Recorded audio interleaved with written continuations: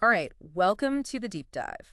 We're going to be looking at probably one of the most talked about games this season, the Manchester Derby, where Manchester United defied expectations and took down Manchester City 2-1. Yep. And we've got a really detailed tactical analysis of the match. Okay. And we're going to kind of really break that down. All right. So get ready to discover the strategic moves and the mistakes, frankly, that help shape this this surprising result. It is fascinating because just on paper, this shouldn't have happened. Right. Manchester City is known for dominating possession. Right. And controlling the pace of the game. Yeah. Yet, Manchester United, with only 30% possession, they orchestrated victory. 30%. Seriously. Yeah. That's incredible for the winning team. It is. Our source breaks down how the managers' kind of contrasting philosophies clashed on the pitch. Yeah. It describes Manchester United's approach as a coiled spring. It's all about intense pressing and rapid counterattack. Exactly. It's high risk, high reward. Okay. You're basically inviting the opponent to come forward and then try and exploit the space that they leave behind. Oh, okay. It requires incredible discipline and a perfect understanding of when to press and when to retreat. So City is they're likened to a python. Okay. Slowly squeezing the life out of their opponents. Yeah. With their possession-based style. Mm-hmm. So how did a coiled spring beat a python? Was it just a fluke, a lucky day for United? It wasn't just luck, although there were definitely moments that swung in United's favor. Okay. This victory came from a very calculated tactical plan, executed brilliantly by the players. Think of it like this. Okay. City is used to teams sitting back, absorbing pressure and trying to hit them on the break. Right. But United flipped the script. Okay. They went after City, disrupting their build-up play. Wow. And forcing them to make mistakes. Interesting. So instead of reacting to City's dominance, they proactively disrupted it. Exactly. Now, how did that translate into the actual formations on the field? Yeah. What specific setups did each team utilize? Well, Manchester United opted for a 4-2-3-1 formation. Okay. What's interesting here is how the two holding midfielders in this system, Casemiro and Fred, they were crucial to their success. Okay. They weren't simply tasked with shielding the back four. Right. They were actively involved in pressing high up the pitch, closing passing lanes, and basically making it incredibly difficult for City to establish their usual rhythm. Oh, so the 4-2-3-1 wasn't just about defensive solidity. It was the foundation for their aggressive City. Did they deviate from their usual 4-3-3? Nope. City stuck with their trademark 4-3-3 formation, relying on those overlapping fullbacks to create width and overload the flanks. Right. Their midfield, anchored by De Bruyne, aimed to control the tempo and find those incisive passes to break down United's defense. However, the analysis points out that City's usual fluidity was disrupted. Okay. Those key passing lanes that they normally exploit, Right. they were closed down by United's relentless pressing. So even though City had more of the ball, they weren't able to use it effectively because of United's disruptive tactics. Exactly. And that brings us to the players themselves. Yeah. Were there any standout performances that really tipped the scales? Absolutely. On the Manchester United side, Bruno Fernandes's performance was a masterclass in efficiency. Okay. We know he's a creative force. Right. But in this game, he was more selective with his touches, picking his moments to influence the attack. Interesting. He wasn't always involved, but what he was, he made it count. And of course, he coolly slotted home that crucial penalty to level the score. Right. And the analysis actually breaks down that penalty situation in detail, highlighting how it wasn't just a moment of individual brilliance from Fernandes, but also the result of United's relentless pressure. You're absolutely right. The penalty was a direct consequence of Amad Diallo's pressing. Now, he's a young winger, known for his speed and energy. He forced a critical error from Nunez, City's midfielder, who played a sloppy back pass under pressure. So Diallo's relentless pressure led to the mistake. Fernandes capitalized on it with the penalty. Talk about a chain reaction. Yeah. It seems like individual brilliance was amplified by the tactical setup. Absolutely. Were there any other United players who really stood out? Rafael Varane, United center back, delivered a defensive masterclass. Right. He read the game superbly, anticipated City's attacks, won crucial aerial duels, and marshaled the backline with authority. He was immense, effectively neutralizing the threat of Haaland and City's other attackers. It sounds like United had all the answers that day. It seemed that way. But even in defeat, City must have had some stand-up performers, right? They did. I mean, after all, they did score first. Yeah. And control possession for large portions of the game. They did have their moments. Josko Gvardiol, City's center back, showcased his aerial prowess with a powerful header to open the scoring for City. He timed his jump perfectly, rising above the United defenders to meet a deflected cross and power it into the net. Even though they lost, this was a moment of individual brilliance from Gvardiol. So, City started strong, but it seems like they couldn't maintain that momentum. Their usual playmaker, Kevin De Bruyne, was he able to exert his usual influence on the game? So De Bruyne provided the assist for Gvardiol's goal, and he did orchestrate some of City's attacks, showcasing his vision and passing range. However, as the game progressed, he started to tire. And United's midfield pressure began to take its toll. You could see his frustration as he struggled to find space and create those clear-cut chances we've come to expect from him. And how about Ederson, City's goalkeeper? He's renowned for his shot-stopping abilities. Did he manage to keep them in the game? He did make some crucial saves, denying Rashford on a couple of occasions, and keeping City within striking distance. One save in particular, a fingertip effort to push a curling shot from Fernandes onto the post, was truly world-class. But even his heroics couldn't prevent United from ultimately securing the victory.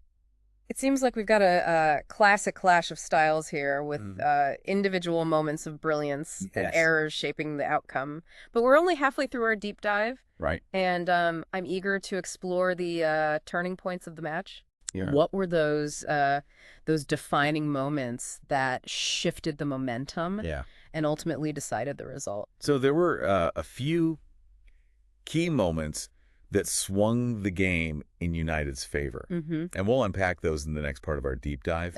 But what's truly fascinating is how those moments were directly influenced by the tactical battle playing out between the two managers. It's almost like a chess match with each move and counter move shaping the flow of the game. All right, so we've laid the foundation. We've looked at the contrasting styles, the key player performances, and gotten a taste of the drama. You've really piqued my curiosity, and I bet our listener is eager to hear about those game-changing moments too. Of course. So stay tuned as we continue our deep dive into this epic Manchester derby. It was a good one. Let's rewind to those pivotal moments. Those turning points that swung the pendulum. In Manchester United's favor, the match started with Manchester City asserting their dominance as expected. You mentioned Gvardiol's powerful header. Giving City the early lead. That must have been a deflating moment. It was. For Manchester United. Especially considering City's reputation for, controlling games once they get ahead. Absolutely. It felt like City were settling into their, the familiar groove, patiently probing for openings and dictating the tempo. They were controlling possession. And it looked like they were, well on their way to another dominant performance. But however, United didn't crumble under that early pressure. They stuck to their game plan. Maintaining their disciplined defensive shape and waiting for those opportunities to spring forward. And that brings us to the penalty, right? Yes. The moment that really shifted the momentum. I remember thinking, as I'm sure you and many others did. Okay, here we go. City's going to take control now. But that's not what happened. Not at all. That penalty was a turning point, not just in terms of the scoreline, but also psychologically. You could see City starting to get frustrated as their usual passing lanes were closed down. And that frustration led to mistakes. And one such mistake Right. The misplaced back pass from Núñez handed United a lifeline. A big one. The analysis really dives deep into that moment, doesn't it? It does. It wasn't just a random error. Right. It was a direct result of the pressure United had been building. Precisely. City's defenders are used to having time on the ball. Right. Calmly picking out passes. But United's forwards, particularly Diallo, were relentless in their pressing. Okay. They didn't give City a moment's peace, forcing them into rush decisions. Okay. That pressure eventually told, leading to the mistake and the penalty that brought United back into the game. And Fernandes, cool as you like, slots home the penalty. Oh, yeah. 1-1, and the momentum has clearly shifted. It had. But what about the winning goal? Tell me about how Manchester United managed to pull off that final blow. So the winning goal was a perfect example of how dangerous Manchester United can be on the counterattack. Okay. Remember, they had been absorbing pressure for most of the game. Yeah. But their threat on the break was always lurking. Right. And in the dying minutes of the match, they struck. That final play, it seemed like it all happened in a flash. Right. One moment, City had the ball. The next, Rashford was celebrating in front of the Stretford end. It was a lightning fast transition. Yeah. City had pushed forward, looking for a late winner themselves, which left them vulnerable at the back. Okay. Fernandes, who'd been relatively quiet for a period, received the ball in midfield. Okay.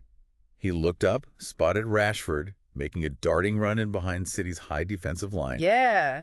And with one perfectly weighted pass, he sliced open City's defense. Talk about vision and execution. You know, right? A perfectly timed pass. Yeah.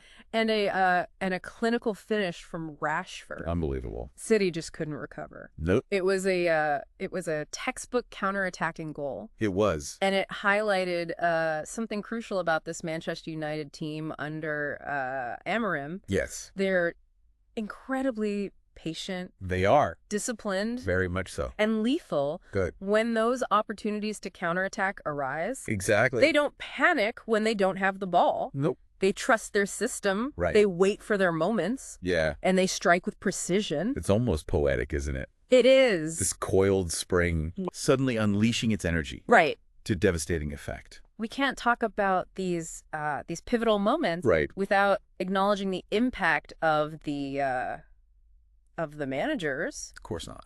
Their tactical decisions played a crucial role. Huge role. In shaping those turning points. For sure. That's a great point. Thank you. The source mentions how Amorim made some really impactful substitutions, didn't he? He did, bringing on Garnacho. Oh, okay. Another pacey winger. Right.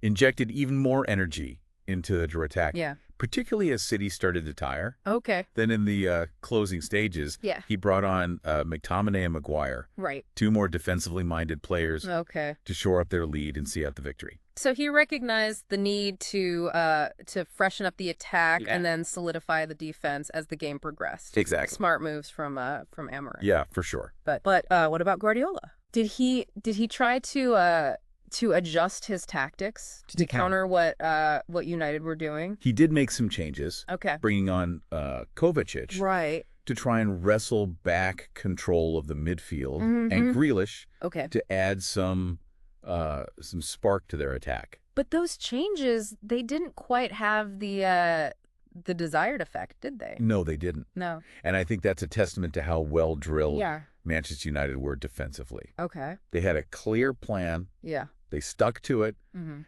they didn't let City's reputation or their possession dominance intimidate them. So a tactical victory for Amorim. Yeah. And perhaps a lesson learned for Guardiola. Possibly. Yeah. It'll be interesting to see how Guardiola approaches future games against teams that employ a similar, high-pressing, counterattacking style. Yeah. This match certainly exposed some vulnerabilities in City's system. Right. Particularly their susceptibility to errors. Okay. when put under pressure. We've talked about the styles, the players, the key moments, and the managerial decisions. Right. But let's zoom out a bit. Okay. What does this result mean for both teams? Sure. What are the implications for the rest of the season? This win was a huge confidence booster for Manchester United. Yeah. Showing they can compete with and beat the very best. Yeah. However, they still need to address their struggles with ball retention and consistent chance creation when facing teams that sit deeper for Manchester City. Yeah. It was a stark reminder that they aren't invincible. Right. It highlighted defensive frailties, especially when their midfield is bypassed, that Guardiola needs to address. You've brought up some excellent points. Thank you. This single game, this David versus Goliath battle, has uncovered so many layers of tactical intrigue. It really has. It's more than just a result on a table. Right. It's a potential turning point. Yeah, it could be in the narrative of the Premier League season. For sure. But we're not done yet. Okay. There's one more crucial question we need to explore. A question that's probably on the mind of every football fan right now. And what question would that be? Can Manchester United's approach in this game, this coiled spring strategy, be replicated by other teams hoping to topple the Manchester City giant? That's the million-dollar question, isn't it? Yeah. And it's one we'll tackle head-on in the final part of our deep dive. Yeah. So stay tuned. Okay. Because the implications of this result could ripple far beyond Manchester. So we've established that Manchester United's coiled spring tactic worked brilliantly against Manchester City. It did. But can other teams pull off the same upset?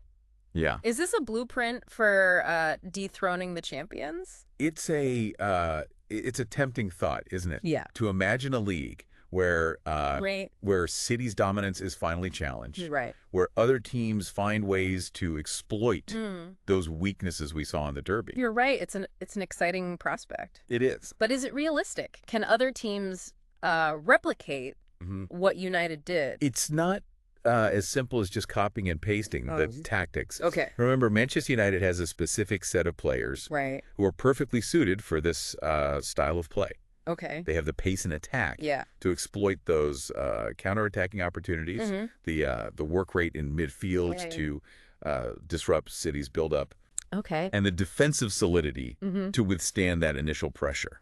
That makes sense. Yeah. Not every team has the personnel to pull this off. That's not just about the tactics themselves. It's about having the right players to execute them. For sure. And even then, it's not a guaranteed formula for success. Yeah. City is still an incredibly talented and well-coached team. Absolutely. They'll learn from this defeat. Right. They'll adapt. They will. And they'll likely come back stronger. Most definitely. So you're saying it's not a magic bullet. Right. But it does offer a glimmer of hope. I think so. For other teams. I think that's a fair assessment. Okay. This game has shown that City can be beaten, even without dominating possession. Right. It's given other managers a blueprint. Okay. A set of ideas to explore and adapt to their own teams. But it's going to take more than just mimicking United's approach. Absolutely. So what are those more elements? What do other teams need to consider if they want to challenge City's dominance? They need to analyze their own strengths and weaknesses. Okay. They need to identify the specific areas where City is vulnerable and devise a game plan that exploits those vulnerabilities. Okay. And they need to have the courage to be proactive, to disrupt City's rhythm and to take risks. It sounds like it's about finding the right balance. It is. Respecting City's strengths, but also being willing to take the game to them. Exactly. To challenge their dominance. For sure. This deep dive has been incredible. It has. We've gone beyond just the just the highlights and the score line. We've explored the tactical complexities. We have the individual brilliance and the strategic thinking that shaped this remarkable result. And we've discovered that this one game, this Manchester Derby, has potentially seismic implications. Yeah. For the Premier League season. You're right. It is. It's given us all a lot to think about. Definitely. It's challenged our assumptions about how the game is played, and it's opened up the possibility for a more unpredictable, a more exciting title race. I think that's the beauty of football, isn't it? It is. It's constant evolution. Yeah. The tactical innovations, the possibility for the underdog to rise up and challenge the established order. So for you listening, here's the takeaway. Okay. Don't underestimate the power of tactical thinking, of individual brilliance, and of a well-executed game plan. Exactly. And never assume that any team, no matter how dominant, is unbeatable. As this Manchester Derby has shown us. Right. Anything is possible in football. And on that note, we'll wrap up our deep dive into this tactical thriller. Great game. Until next time. Yeah. Keep exploring. Keep questioning. Right. And keep the passion of the beautiful game alive. Absolutely.